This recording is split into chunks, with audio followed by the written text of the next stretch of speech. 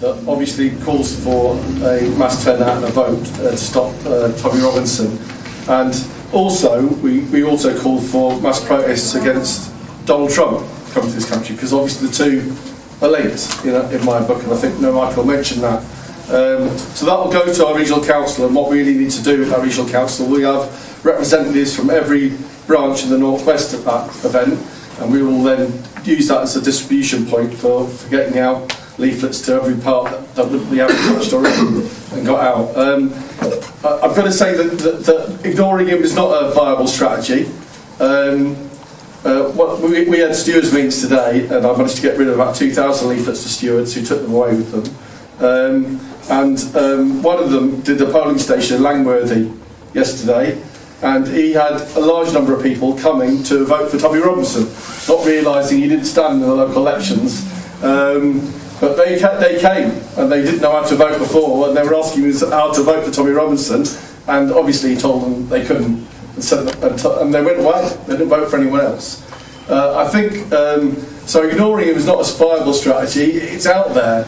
He's going to make sure that he calls it the movement, God help us, that he's trying to build a movement, and it's a serious threat. And I think the other thing, obviously, is that we can laugh at the milkshake thing, and I obviously enjoyed watching it, but I don't think that stops people voting for him. In fact, it makes him more notorious. I mean, I know Farage would say ridiculous things about women breastfeeding and homophobic statements and Islamophobic statements, and I thought, well, people will think he's an idiot and not vote for him. In fact, more people voted for him after hearing those things. So I don't think we can rely on that as a strategy. We have to be very clear to people that the threat is real, and they have to get out and vote, and that requires us using wider layers of people and union organisation and to win that argument, as many people as we can, because some of our union members will unfortunately may vote for him. It's a reality we face at the moment. We need that unity, not only obviously to stop the far right growing, but we need that unity if we want to fight for a better world and for better things we want to see in our society and end of austerity for our members. So the two things are linked for me, and we've got to use every bit of opportunity we get with our members and our organisation. Yeah, the money's going to come, but obviously we need the people on the ground that are going to have the argument. We need to have thousands of people putting that argument across the trade union movement in the North West. Yeah, John Murphy, Stockport Standuptoracism, and also chaired the Blackburn Trades Council. When Paul talked about the European voting system being based on proportional representation, some of you must have sussed out by now that it's not actually proportional in the straightforward sense, in as much as under the D'Hondt system, every seat you get, you win for your party, then devalues the next set of the remaining votes for it. So you've got to get more and more votes. In order to get your second and your third people through, you've got to get more votes, and that's why somebody like Robinson, out of the 8 seats that can be won, he could get in with less than 10%, and that was the case before. And I was just going back to the days that Paul was talking about, when Nick Griffin got in, and I think it was the Greens who came within a whisker of beating him on that count. It means that to get their first seat, they only need, one vote counts for one vote, and that means that when people do the voting tactically, you've got to kind of perhaps grit your teeth or bite your lip or whatever, and vote for as many non-fascist parties as you can stomach, because as you go down, as you use your votes, you will be competing directly with the likes of the UKIP and Tommy Robinson. These are the people that, when they gets to the 6th, 7th, 8th seat in Europe. So it's complicated. It's not proportional in that sense. And by weighting the minority votes, we have got to respond. We've got to inform people. Just don't vote for your favourite chosen party. You've got to vote for the anti-fascist slate, the non-fascist, non-racist slate, if you can stomach it. I just want to do sort of also from Lancaster and NEU. I just wanted to add what Eugene said. We've asked our branch secretary, Sam Woodin, to contact the Lancashire secretary to ask for a leaflet to be posted to every single member in Lancashire, and obviously now because of the merger between the NUT and the ATL. That's quite a lot of people. And I'm also going to try and argue for sending posters to every school, and that we ask for a poster to be on every single NEU trade union notice board in the schools. Thank you. I think we've already moved on to the next section, which is actions of what people are doing. So it's really good to that this stuff is happening. Does anyone want to talk any more about what actions people have been involved in or what they're instigating? Kenny Watson, Chair of Warrington Momentum, was involved in the actions yesterday. Milkshake for you, my friend. Milkshake's very popular. I just wanted to say, I only recently got involved in this type of thing. I found out that Tommy Robinson was coming to Warrington, and it made me blood boil, quite frankly. I tried to organise my thing. The problem was I only heard about it the night before, so I had to organise my people in very, very short notice. But we did manage to get quite a few people out, and I'm really pleased to see you two come and join us for the evening events. But there was quite a lot of aggression and intimidation. Everybody's seen the milkshake incident, but there's been a hell of a lot of stuff that's gone on outside of that. There's a girl that's now out of hospital who had a nose bust, attacked by 3 guys. There was several other people that were injured, physically injured, and had to go to hospital on that. And they sort of intimidate you. I mean, one of the things I sort of noticed about they had one guy who would come right up into your face and shout in your face, which is, most people's response to that is to whack him up. There were police around, otherwise I would have done that. But it was sort of eye-opener for me, in terms of what these people do. I have been involved in sort of anti-fascist movements way back when. I'm older than the lock. But it was an eye-opener. I was very pleased to be involved with it. Very pleased to be involved with this.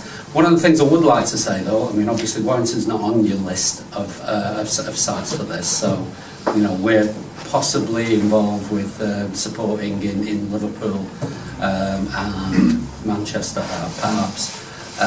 But I would like to say we'd quite like to take some leaflets as well. I'm also Vice Chair of Warrington Trades Council, I'm a Unite member. I'm also Chulo on Warrington South CLP, and we are out tomorrow afternoon canvassing for the elections. I'm told Julie Ward's going to be there. She is, I'm standing there. And all the candidates are apparently turning out for that. So if I could take someone with me for that, I think that would be very, very useful. Absolutely.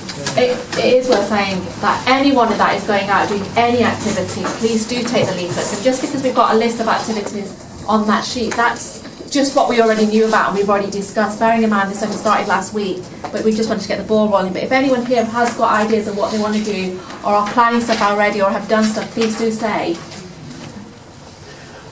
Just to come back to what you said about the internet and tracking these people. Sometimes it's hard, sometimes it's really frustrating. Some of these people are very, very blunt in the way they call fascists. Things like Carl Benjamin. He's also known as Sargon the Cat on YouTube. He has a large following. He's been sort of Willy Won'ty with fascists for a very long time now. So he'll be able to call people's bluff and he'll be like, oh no, I don't support this, I don't support this. Meanwhile, he's very much dog whistling the hell out of everyone else in there.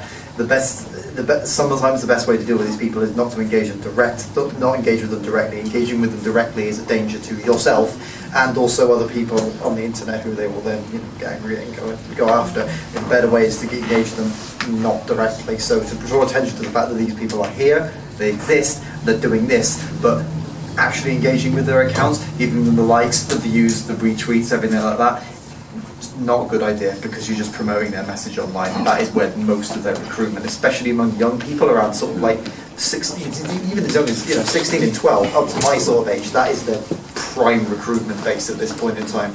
If you're looking for young fascists, the internet is where you're going to go. And people like Sargon of Akkad and a variety of other right-wing YouTubers have been doing this for a very long time. Not even just the political ones as well. I mean, if anyone's seen things like the horrific New Zealand shooting, where he live streamed the whole thing, shout and said subscribe to PewDiePie before he went to kill people. It's mainstream YouTubers who are also not explicit open fascists or anything like that, but they won't condemn these people either a lot of the time. They will continue with the dog whistling and the anti-Semitism and variety of that, and it normalises it for the children out there. So the best thing to do is denormalise it as much as you can. YouTube's a hellhole for this because its algorithm directly promotes these people. Like, you can just have it playing on autoplay, and you'll be listening to Minecraft videos, and then all of a sudden you've got a bloody fascist video in your face talking about the replacement. So being online is incredibly difficult because these platforms they're there to make money. They're not there to, combat this issue. So it's very difficult to get rid of these people, even from mass reporting. But indirect engagement with them is the best way to go with this one, because direct engagement is going to get you and other people hurt.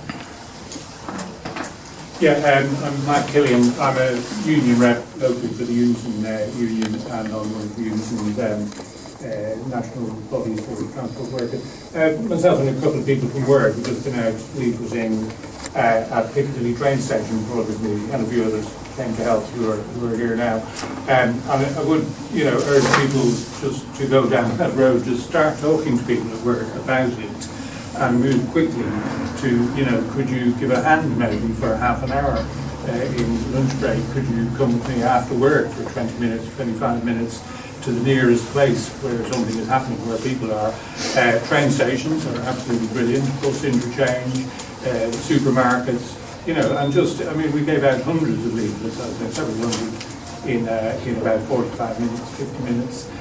It's achievable. You can get, 2 people from my work, that's not enough. I need 10 or 20, but it's a good start, better to hand out a leaflet than to curse the fascists, to paraphrase the thing that starts with. But, start talking to people about it. If Tommy Robinson can get elected with just 8% of the votes, then the other way to put it to people is, for every one person voting for Tommy Robinson, we need at least 12 people voting for something else. So, that's in one way that's easy, because for every one person with hardened racist Islamophobic views, there are not just 12, there are 120 or 500 people who hate that kind of thing. But the point is to mobilise it. For every one Robinson supporter, and there's lots out there, we need at least 12 to actually come out and vote. So, have people at work and see if they can give you 20-25 minutes of your time. I'm a GDC JCC rep for the Northern region, which includes Cumbria. And just a brief roundup of what's been happening in Cumbria since the last meeting. Next weekend, Barrow Trades Council will be organising a weekend of action in South Cumbria. We'll be doing street stalls and door-to-door activities. My role also encompasses working with the other trades councils in Cumbria, Carlisle, Allerdale and Whitehaven. So we're looking at to see basically what we can organise with them. Paul mentioned the day of action on the 18th in Carlisle. I'll be very interested to speak with yourself, Alan, about possible activities for West Cumbria. Yeah, we definitely need something. Absolutely, and we can have a chat afterwards. Right.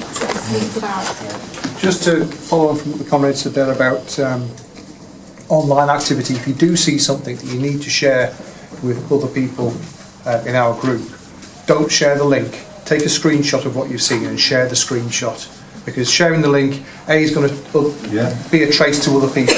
You may not want that trace there, but it's more traffic to that site. So if you see something, take a screenshot and share the screenshot.